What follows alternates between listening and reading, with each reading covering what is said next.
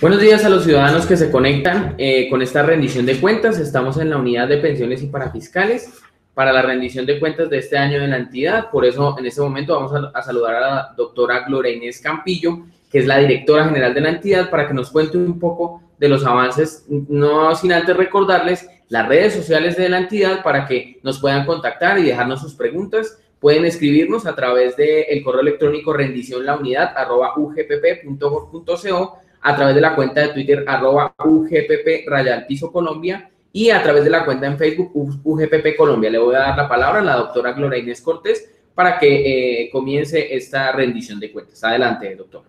Un cordial saludo a la ciudadanía que nos está siguiendo en esta jornada de rendición de cuentas. Correcta la corrección del apellido. Soy Gloria Inés Cortés, directora general de la unidad. Me acompañan en esta rendición de cuentas 4 de los directores relacionados con las áreas de pensiones, parafiscales, estrategia y atención al ciudadano. Es importante recordar a la ciudadanía cuáles son nuestras principales funciones y están en 2 frentes. El reconocimiento pensional en forma oportuna, con calidad, con claridad, y en el tema de los parafiscales está en la sostenibilidad del sistema de la seguridad social y un disfrute efectivo de los derechos, básicamente con el fortalecimiento de la conducta de cumplimiento. Teniendo claras esas 2 funciones, esos 2 propósitos, vamos a informarle a la ciudadanía cómo nos fue en los retos que teníamos en estos 2 frentes en el transcurso del año. Enfrentamos en el tema pensional un gran crecimiento de las solicitudes, que fue superior al 30%. Esto nos originó que nos retáramos en términos de búsqueda de soluciones que permitieran en el menor tiempo posible que los indicadores de cumplimiento que veníamos presentando no se fueran a ver afectados en forma permanente, sino transitoria. Y digo transitoria porque la característica de los funcionarios que desarrollan esta función es que requieren una experiencia y un conocimiento profundo de normas pensionales, que no es fácil encontrar en forma inmediata, y tiene necesariamente, cuando uno contrata un equipo de estas características, someterlos a una curva de aprendizaje que ya medida por la unidad está alrededor de 6 meses para alcanzar los niveles de productividad que requiere la entidad. Entonces, el crecimiento del 30% exorbitante nos originó un deterioro transitorio de indicadores que hoy en día se encuentran superados y que esperamos que al término del año volvamos otra vez a retomar la ruta que veníamos desarrollando a lo largo del 2014.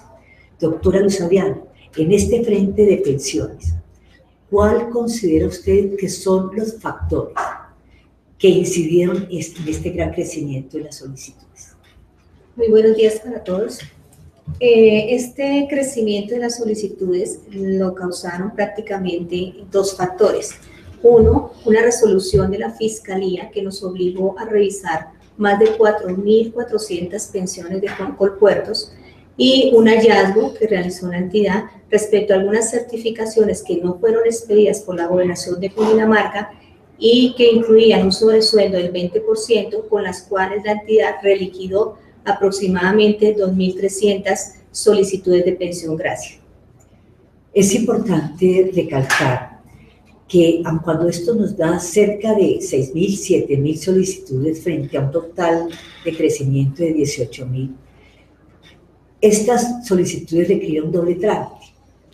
Uno, el relacionado con la Gobernación de Cundinamarca, un trámite de revocatoria directa que tenía recurso y que la mayoría de los maestros afectados con esta situación interpusieron el recurso.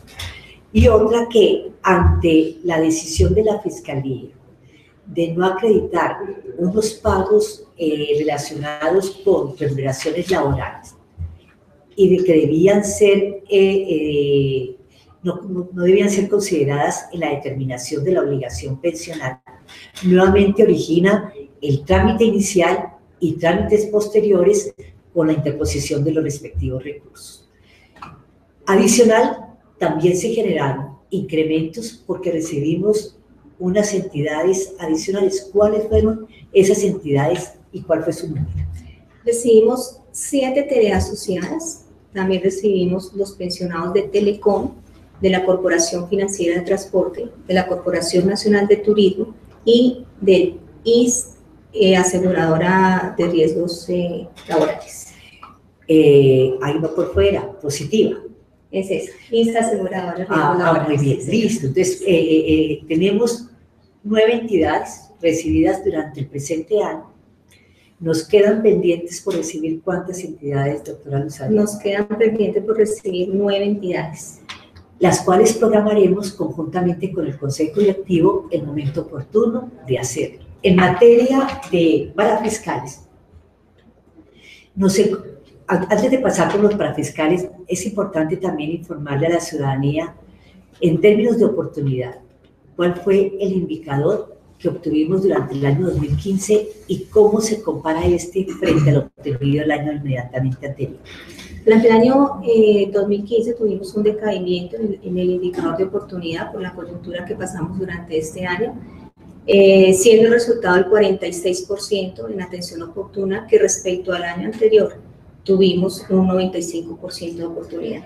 Cuando hablamos de estos porcentajes, se tiene que entender que son solicitudes atendidas dentro de los 4 meses que establece la ley o los 2 meses para aquellas prestaciones que determina también la ley que tienen que ser atendidas en esos términos, o tutelas que normalmente se deben atender en 24 horas o en 48 horas. Pero el esfuerzo de la entidad, ¿dónde se vio realmente reflejado?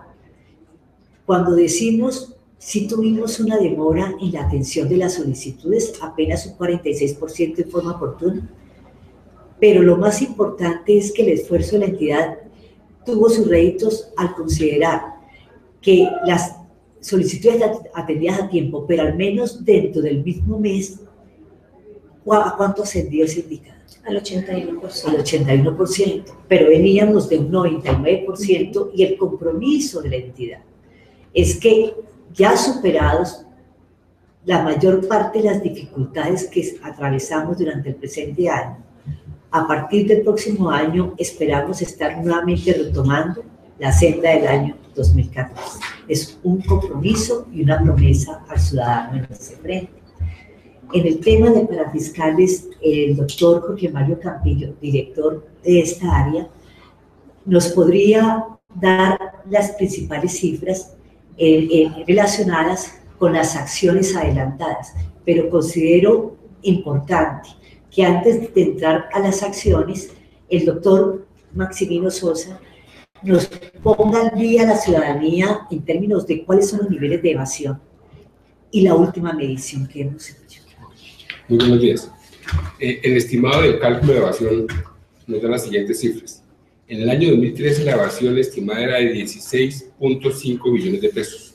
Ese monto para el 2014 significa una cifra de 13.4 billones de pesos, lo que representa una disminución de 3.1 billones de pesos. Esos resultados, en términos de tasa de evasión entendida como por cada peso obligado cuánto se evade, significa que en 2013 pasamos del 28% a una tasa de evasión del 24% en el 2014. Ahí vemos una reducción de cerca de 4 puntos porcentuales. De esos 13,4 billones de pesos de evasión, ¿a cuánto contribuye la evasión en el subsistema de salud y la evasión en pensiones? Okay. En salud, al corte de 2014, es de 5.2 billones y en pensiones de 7 billones.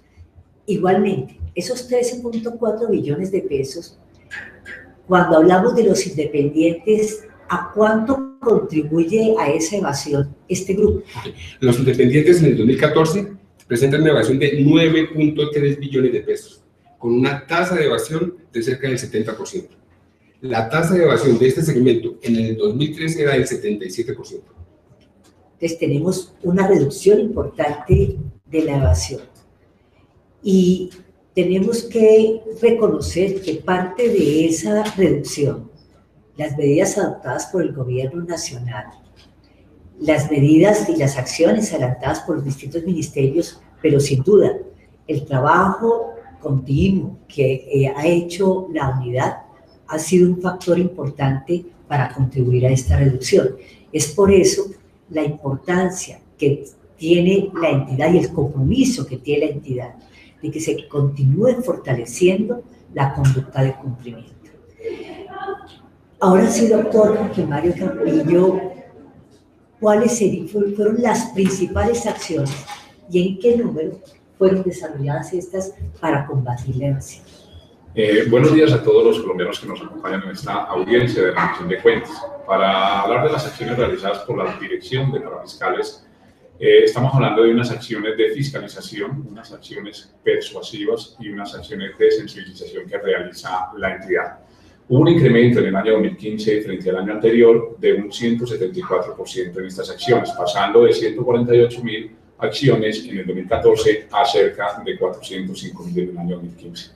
Frente a los tratamientos realizados por la entidad, hubo también un porcentaje altísimo en aumento de 250%, donde pasamos de cerca de 182.000 tratamientos a cerca de 635.000 tratamientos. Es importante que esa palabra tratamientos, que dice mucho, nos dice mucho al interior de la unidad, ¿qué le podemos decir a la ciudadanía de qué se trata y qué significa esos tratamientos? La unidad realiza diferentes tipos de tratamientos frente a los obligados del sistema de la protección social.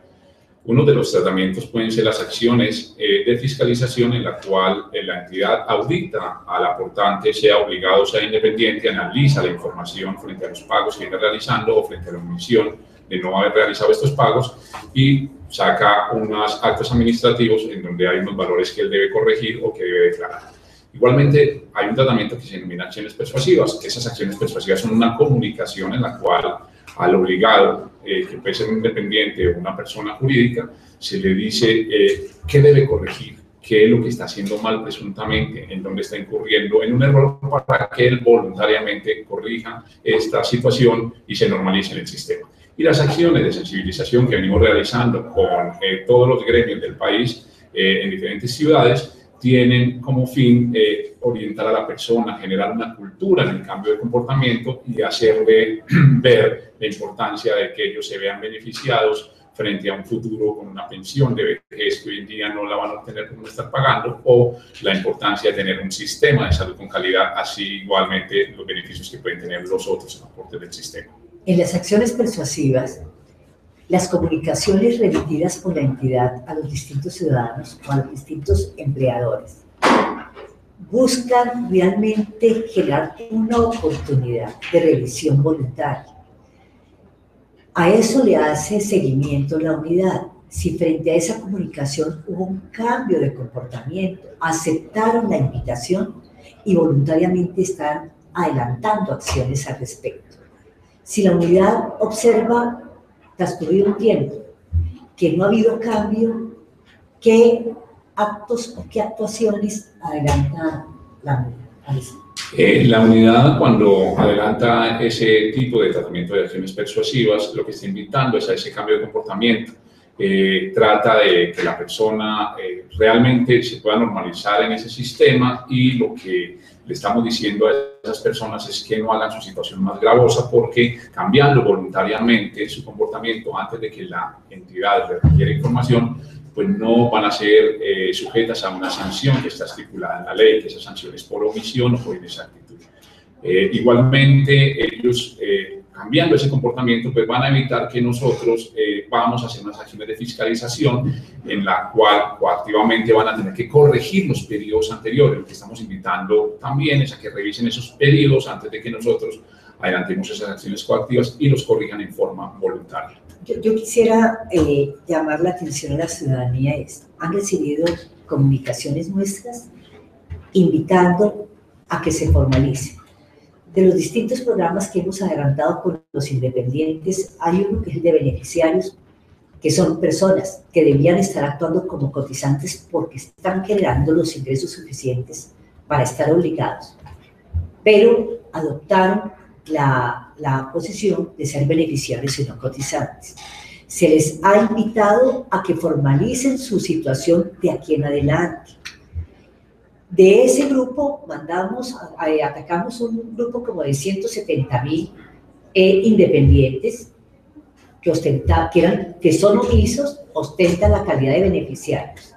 De esos hemos logrado normalizar más de 50.000, pero nos quedan el resto que seguimos adelantando acciones con nuevas comunicaciones. ¿Cuál es el mensaje que queremos enviar? Tomen esto como una oportunidad. Si se formaliza, en este momento nosotros no estamos revisando el pasado, sino que estamos intentando que su conducta de cumplimiento de aquí en adelante sea la adecuada y la correcta. Pero si no lo hacen, van a aumentar la probabilidad de ser fiscalizados. Y al ser fiscalizados nos toca revisar el pasado y se podrán determinar valores que podrían ser cuantiosos. Entonces tiene una opción positiva, es una opción constructiva, le sirve al sistema y le sirve a cada uno de los obligados. La invitación es que atiendan esas comunicaciones y adelante las acciones respectivas, ¿verdad, doctor Campilla? Sí, esa es la invitación a los colombianos para que cambien el comportamiento frente a las acciones que realiza la entidad. ¿Qué otras acciones, programas desarrollamos sobre los independientes en el presente año? Venimos desarrollando. La unidad tiene varios frentes en este tipo de programas. Tenemos uno frente al régimen subsidiado, son aquellos colombianos que se encuentran en el nivel 1 y 2, que están recibiendo algunos beneficios de parte del gobierno, pero que tienen capacidad de ingresos y por lo tanto deben aportar al sistema. Nosotros estamos haciendo ese tipo de control ya. Estamos trabajando en otro programa importante que es Extranjeros No Pensión, son aquellos colombianos que se hacen pasar en la planilla pila como extranjeros y no pagan pensión porque lógicamente las normas para este tipo de personas así lo establecen. Igualmente tenemos un programa frente a la ley 1429 del año 2010, que es la ley de primer empleo, en donde la unidad tiene una competencia de controlar que se cumplan los requisitos por parte de esas empresas para gozar de los beneficios que están establecidos en esa norma. Tenemos también unas acciones persuasivas que adelantamos frente a pequeñas y microempresas, en donde los invitamos a corregir voluntariamente esas inexactitudes y esas omisiones. E igualmente tenemos un programa que va dirigido a los empleados de las empresas, en el cual le señalamos cuál es el aporte que está realizando su empleador para que cotejen esa información con la colilla de pago que ahí aparecen sus deducciones para los aportes al sistema, y si hay alguna diferencia pues la pueden arreglar con ellos, o si no hacernoslo conocer a nosotros para nosotros actuar. Respecto a los empleadores, hubo una acción que se adelantó respecto al acuerdo expedido por nuestro Consejo Directivo. ¿Podríamos informar a la ciudadanía en qué consiste, cuál fue su objetivo y los principales puntos, los más relevantes que incorpora dicho acuerdo?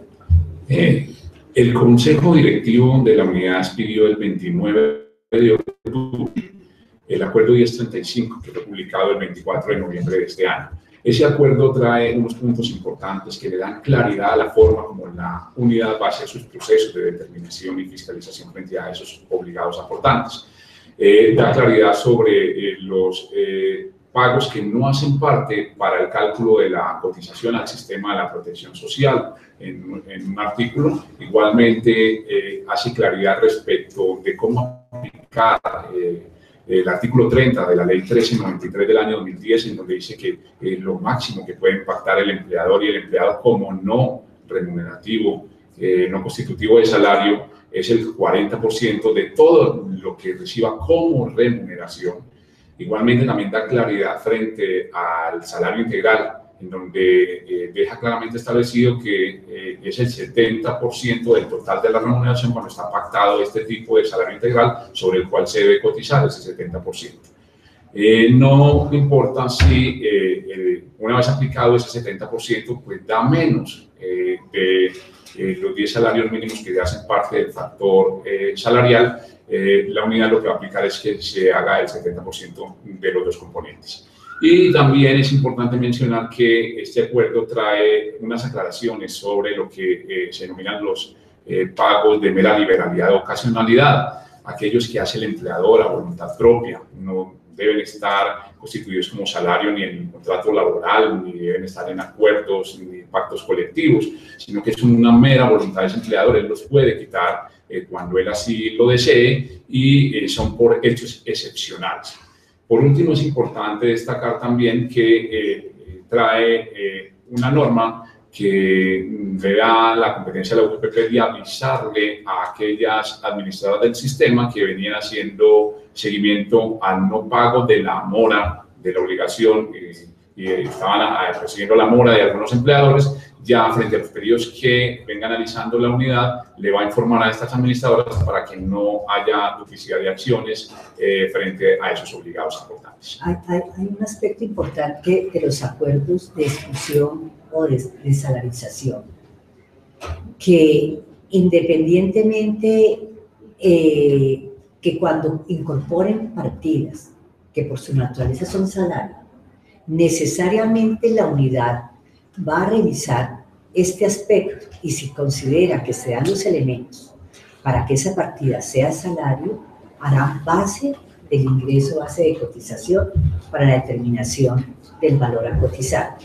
Esto es exclusivamente para los temas de base de cotización. No estamos haciendo referencia a aspectos de temas laborales. ¿Estamos de acuerdo? Sí. Entonces es muy importante que eso quede claro para aquellos obligados, para que se tenga en consideración y sepan que cuando estemos revisando esto, revisaremos que no hagan parte de estos acuerdos partidas que por su naturaleza son salario.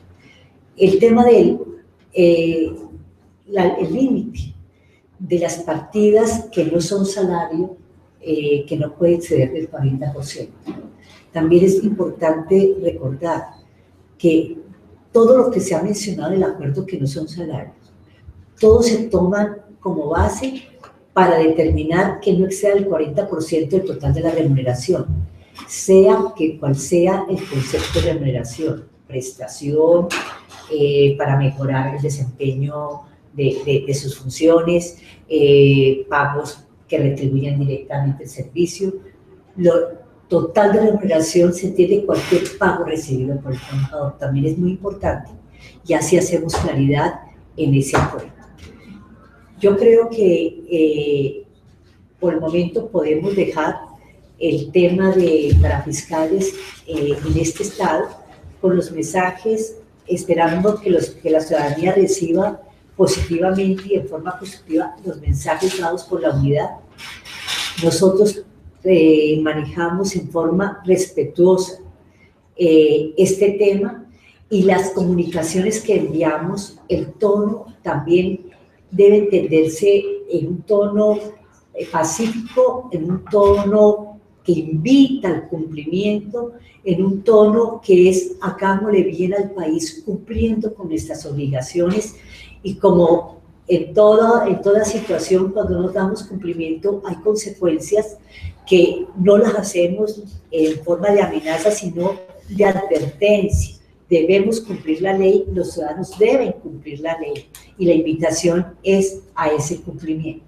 Doctor Saúl Suárez, el director de Atención al Ciudadano, para que cerremos esta rendición de cuentas donde informemos a la ciudadanía en esa intención nuestra de mejorar la experiencia del ciudadano con la UPP, cuáles han sido los logros, los retos o aquellos aspectos que debemos mejorar para realmente atender nuestra promesa que hicimos al ciudadano al respecto. Buenos días a todos que nos acompañan y interesados en nuestra rendición de cuentas. Bueno, como logros en este año 2015, lo que va ocurrido del año, y pensando siempre en la satisfacción del ciudadano, colocamos un punto de atención nuevo en la ciudad de Cali, y colocamos herramientas también al servicio del ciudadano, como es nuestra herramienta 360, que lo que busca es identificar las veces en que el ciudadano se acerca a nuestros puntos de atención, las respuestas que le hemos dado y todo esto pues en búsqueda de dar la mejor claridad y calidad en las respuestas que le estamos dando a los ciudadanos. Ahí es importante resaltar lo siguiente, Saúl. nosotros ponemos a disposición de la ciudadanía cuáles canales, cuáles son esos canales. A disposición de la ciudadanía tenemos el canal del front, del call center, el contact center, contáctenos y chat, canales electrónicos y canales presenciales. Cuando decimos la herramienta, esta es una visión 360, es que nosotros a través de esa herramienta podemos ver el ciudadano qué canales ha utilizado, con qué frecuencia los ha utilizado, cuál ha sido la consulta que han efectuado o el trámite que han efectuado, cuáles han sido las respuestas dadas. O sea que eso le da una oportunidad al asesor de conocer qué tipo de cosas y actuar en consonancia de qué forma. Con esta herramienta, como usted bien lo dice, obtenemos ese conocimiento del ciudadano frente a las actuaciones con la entidad. Entonces sabemos el número de veces que consulta el canal, qué respuesta le hemos dado y sobre todo la coherencia en nuestras respuestas, y también nos ayuda a identificar si hemos cometido algún error en alguna de estas respuestas y la corregimos de inmediato de cara al ciudadano. Pero también nos hemos dado cuenta con esta herramienta de algo muy importante. La ciudadanía debe conocer que hemos venido enfrentados a una restricción de recursos, porque bien saben que a eso nos hemos visto sometidas todas las entidades públicas. Debemos contribuir a hacer unos esfuerzos grandes en aras de poder superar la dificultad que tenemos desde el punto de vista fiscal, y con gusto y satisfacción estamos haciendo este esfuerzo. No queremos que por esta restricción de recursos se vea afectado el servicio al ciudadano. Y cuando analizamos la información de esta herramienta, nos hemos dado cuenta que el ciudadano está consultando con mucha frecuencia todos los canales que tenemos dispuestos para él.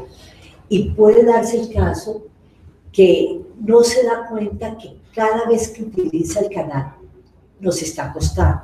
Entonces, la invitación que estamos haciendo es para que los dos salgamos gananciosos de esto, la unidad y el ciudadano. ¿Es cuál, doctor Santos? Bueno, la invitación que hacemos a los ciudadanos es a darle mayor uso a los canales electrónicos. ¿Qué es esto? Que la consulta al estado del trámite en el tema de pensiones lo puede hacer a través de la página web, que utilice la notificación electrónica como medio efectivo de notificación, que las preguntas que tengan con respecto a lo que mencionaba el doctor Jorge Mario Campillo de Parafiscales las puede ver en la página web. Hay una fuente muy interesante de preguntas frecuentes. Y estamos en un piloto de C electrónica, donde a través de este medio pueden radicar la información de parafiscales y pueden también radicar las peticiones hechas por los ciudadanos. Si atienden esta solicitud, podemos nosotros optimizar los recursos sin afectar los niveles de atención al ciudadano. Entonces, compromiso nuestro hacer todos los esfuerzos por mantener buenos índices de atención, y esperamos que el compromiso de la ciudadanía es a darle un buen uso a los canales, utilizándolos cuando realmente sea necesario y utilizando especialmente aquellos que son baratos a la entidad, pero que son satisfactorios para el uso que ustedes requieren de la entidad. A mí me parece importante, antes de cerrar, poder dar respuesta a algunas preguntas que nos hicieron los ciudadanos a través de los distintos canales. ¿Cuáles serían esas preguntas que tenemos sobre la mesa, doctor? Justamente hablando de atención al ciudadano, nos pregunta la cuenta de Twitter @empresarioscol a través de la cuenta @UGPP_Colombia, y dice lo siguiente: ¿nos pueden contextualizar cuál es el alcance del acuerdo 1035 expedido el pasado 29 de octubre? Ese lo acabamos de mencionar en forma extensa. Esperamos que el ciudadano haya quedado satisfecho con las aclaraciones hechas por el doctor Campillo. Si cualquier inquietud adicional, comuníquense con nosotros, escríbanos y nosotros con gusto le responderemos. También a través de correo electrónico rendición launidad@ugpp.gov.co nos pregunta Camila Villegas, dice, los colombianos queremos saber por qué fiscalizan e investigan a quienes cumplimos nuestras obligaciones y a aquellos que no lo hacen no los persiguen. También hablamos pues, para ampliar la respuesta. Es muy importante responderle a Camila lo siguiente. Nosotros no estamos persiguiendo a aquellos que cumplen. Nosotros hemos desarrollado un modelo donde nos permite estimar quiénes podrían ser posibles evasores. Estamos hablando de posibles evasores, no estamos afirmando que son evasores, pero hay unos indicios que nos muestran que pueden estar evadiendo. Con base en ese modelo y un número de casos que decide nuestro comité técnico de adelantar acciones, se corre el modelo en forma aleatoria, en donde lo más importante es que aparezcan los de mayores probabilidad de evasión y los de mayor indicio de evasión. Nosotros no seleccionamos a dedo. Si después de seleccionar con la información aportada nos damos cuenta que no son evasores, hemos comunicado a esas personas que, revisada su situación, hemos visto que están dando cumplimiento a las normas y los felicitamos. Cuando no encontramos esto, sino que por el contrario, se confirma que ese indicio de evasión existe, continuamos con el proceso. Y la otra cosa que es importante aclararle a Camila es que le estamos desarrollando dos tipos de acciones, esas coactivas que son de fiscalización, pero muy importante que se tenga en cuenta que estamos también haciendo acciones persuasivas, las cuales ya hemos invitado a que le den la atención de ellos. También a través de correo electrónico nos preguntó un ciudadano preocupado que dice que pregunta por qué ha tenido tanta demora en recibir el reconocimiento de la pensión que tiene por haber trabajado durante más de 40 años. Yo la respuesta que le puedo dar al respecto, pues, es muy sencilla. Desafortunadamente, el ciudadano no se identificó con su cédula para poder conocer el estado del trámite, qué ha pasado con su caso. No es normal que estas solicitudes se demoren y por lo tanto tendríamos que revisar si ha sido un problema en la documentación aportada. Y nos gustaría que nos escribiera y nos indicara su número de cédula para poder hacer la revisión correspondiente y contestarle en forma personal. En el correo electrónico rendición launidad@ugpp.gov.co también nos escribió el señor Víctor González, quien dice lo siguiente: soy pensionado de Cundinamarca, en julio se conoció un fraude, los maestros queremos saber sobre la denuncia y la investigación sobre pensión. Doctora Luzania, ¿nos podría informar? Sí, como lo dijimos pues al comienzo de esta audiencia, en este momento se adelantan ante la Fiscalía General de la Nación 2.312 denuncias correspondientes a cada uno de los casos que se detectaron, donde se aportaron esas certificaciones que no fueron expedidas por la Gobernación de Cundinamarca. Es importante aclarar que no es que se esté haciendo, ya se efectuaron las denuncias, ya están todas efectuadas. También a través de la página en Facebook UGPP Colombia nos pregunta Martín Muñoz, dice lo siguiente: señores UGPP, con respecto a las comunicaciones para formalización de aportes al sistema de seguridad social, por favor nos informan por qué llegan esas cartas a los colombianos. Ya nosotros les hemos informado, el objeto de estas comunicaciones son acciones persuasivas que nuevamente reiteramos la importancia de que le dé la atención. Si tiene alguna duda, acérquese a nuestros puntos de atención, comuníquese con nosotros a través del call center, escríbanos a través del correo, contáctenos, cualquiera de sus inquietudes será atendida. También a través de Twitter, Clara Rubio quiere saber cómo la entidad identifica a los evasores. Ya esto le habíamos dado respuesta, el modelo desarrollado por la entidad, el cual juegan una serie de mucha información que cruzamos y desarrollando este modelo nos dan los presuntos evasores y el presunto indicio de evasión, valor de esta evasión. Le damos las gracias a la doctora Gloria Inés Cortés, directora de la Unidad de Pensiones y Parafiscales, y le voy a dar justamente la palabra para que tenga la oportunidad de despedirse y hacerle una invitación final a los ciudadanos en esta rendición de cuentas de la Unidad de Pensiones y Parafiscales. El mensaje para los ciudadanos es que estamos comprometidos a que su experiencia con nosotros sea la mejor. Tenemos retos y queremos demostrar a la ciudadanía que no nos vamos a rendir frente a los mismos. Superaremos las situaciones y esperamos tener los mejores índices que realmente respondan a este compromiso que nosotros estamos teniendo con ustedes. Y la invitación es que se mantengan en contacto con nosotros, siempre en aras de poder mejorar en forma continua. Mil gracias.